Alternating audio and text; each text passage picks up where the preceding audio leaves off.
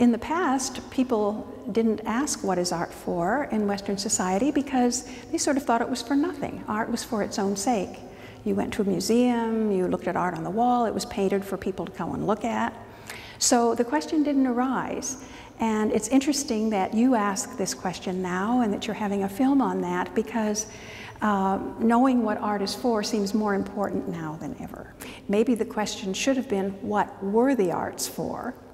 That one has to answer that first before one can start talking about today, because our society is very different from the one in which the arts evolved. You in Australia have your indigenous people who have been here for 40,000 years, maybe 60,000.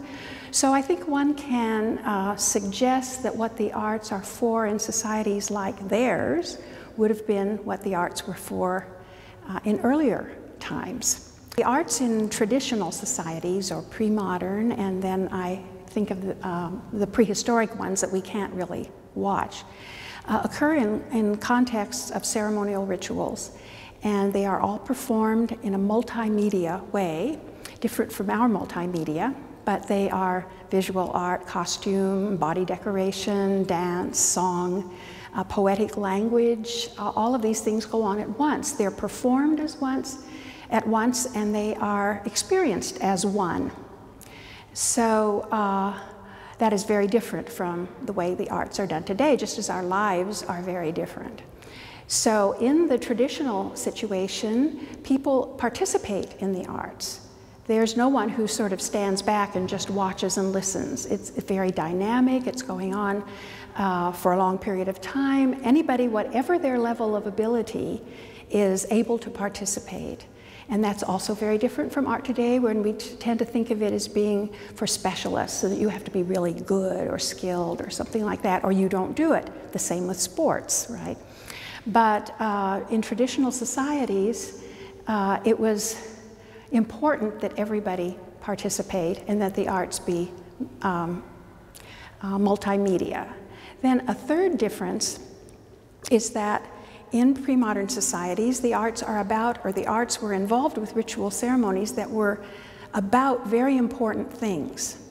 The ritual ceremonies had to be done so that people could be cured of their illnesses, that they would return from the hunt with what they needed, so that they could make transitions between important parts of their life, from childhood to adolescence, from unmarried to married, at the time of childbirth, at the time of death.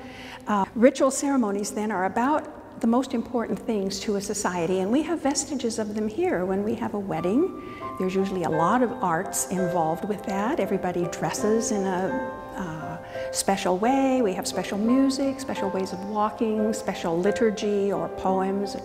So we still do have arts at the time of ritual, but at the times of our rituals, but we don't necessarily think of them as arts.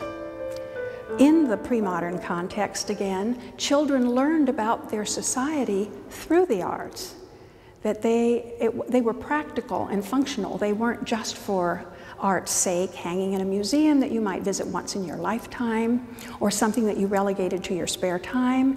In pre-modern societies, people spend a lot of their material resources, their energy, and their time preparing for these ceremonies, and that means making the arts, clearing the spaces, putting the stones around or whatever it is, making the costumes. And so with all of those differences, it's very hard to answer what are the arts for today without going back and seeing what the arts were for, or what seemed to be for.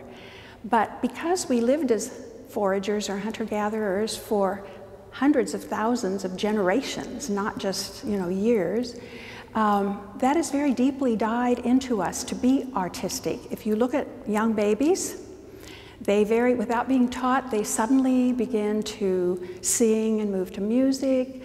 When they're a little older, they love to play with words. If you give them a marking instrument, they will make marks with it. They love to make believe, pretend. These are all ingredients of the arts that, if they're in a society where the adults around them are making art or doing these things, they will do them too. Today, children imitate their parents driving cars or computing or whatever, so children are natural-born imitators, but in pre-modern societies, they imitated people making arts.